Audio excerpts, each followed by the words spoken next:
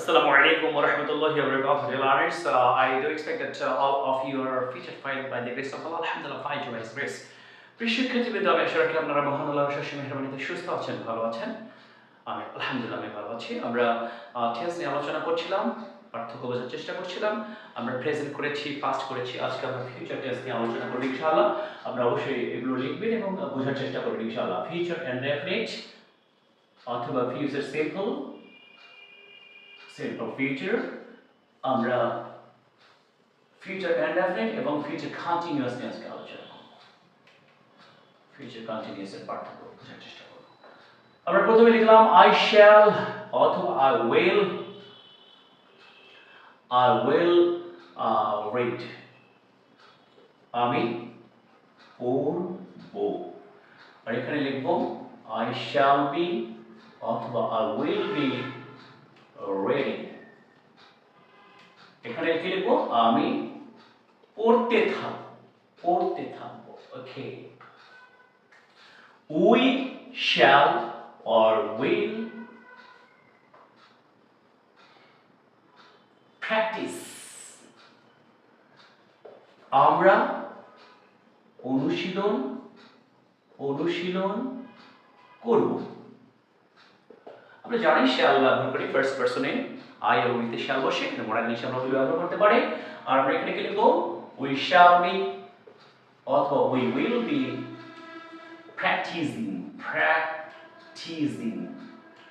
আমরা অনুশীলন করতে থাকব। ওকে, you will write, তুমি অথবা তোমরা লিখবে। ওকে, আমরা এখানে ফিউচার কন্টিনিউয়াস কি লিখব? you will be writing, তুমি অথবা তোমরা লিখতে থাকবে। এটা চলমান অবস্থায় থাকবে সবসময়। কন্টিনিউয়াস মানে হচ্ছে চলমান অবস্থায় থাকবে। আমরা লিখলাম he or she will cook, সে অথবা তিনি রান্না করবে অথবা করবেন। এখানে কি লিখব? he or she will be cooking,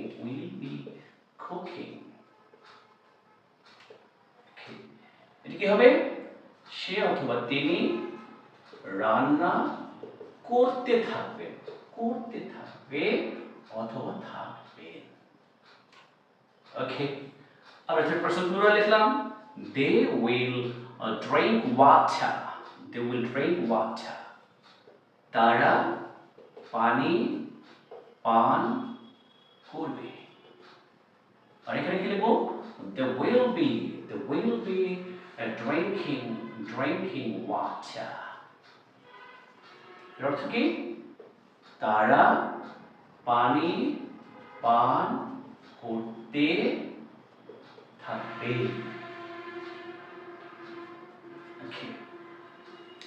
তাহলে আমি ঘুমাবো, I shall অথবা I will sleep, আমি ঘুমাতে থাকবো, I shall be sleeping or I will be sleeping। Say mobile ব্যবহার করবে, he will use mobile, say mobile ব্যবহার করতে থাকবে, he will be using mobile। তারা খেলবে, they will play, তারা খেলতে থাকবে, they will be playing। তুমি আমাকে সাহায্য করবে, you will help me, তুমি আমাকে সাহায্য করতে থাকবে, you will be helping me। সে স্বপ্ন দেখবে, he will dream, সে স্বপ্ন দেখতে থাকবে, he will be dreaming। করবে, করতে থাকবে, যাবে, যেতে থাকবে, খাবে, খেতে থাকবে, ঘুমাবে, ঘুমাতে থাকবে, রান্না করবে, রান্না করতে থাকবে। আমার মা রান্না করবে, my mother will cook, আমার মা রান্না করতে থাকবে, my mother will be cooking। সে পরীক্ষা দিবে, he will sit for exam, সে পরীক্ষা দিতে থাকবে, he will be sitting for exam or appearing at exam। আমাদের এগুলো যাবে, যেতে থাকবে, I will go, আমি যাব, I will be going, আমি যেতে থাকবো। তারা দৌড়াবে, they will run, তারা দৌড়াতে থাকবে, they will be running। এটা হচ্ছে আমাদের অ্যাফার্মেটিভ। আমরা যদি এটাকে নেগেটিভ করতে চাই তাহলে কি লিখব?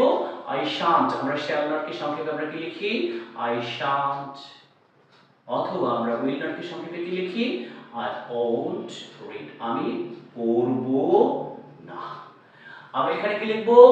I shan't be, I shall not অথবা shan't be অথবা won't be reading, আমি পড়তে থাকবো না।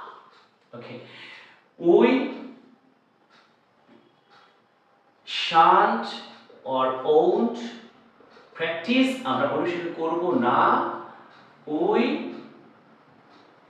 shan't be or shall not be অথবা won't be practicing, আমরা অনুশীলন করতে থাকবো না।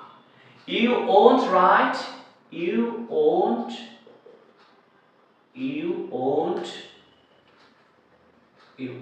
write, তুমি বা তোমরা লিখবে না। you won't be writing, তোমরা লিখতে থাকবে না।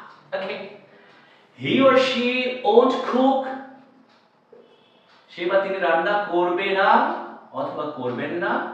he or she won't be cooking, সে বা তিনি রান্না করতে থাকবে না অথবা করতে থাকবেন না।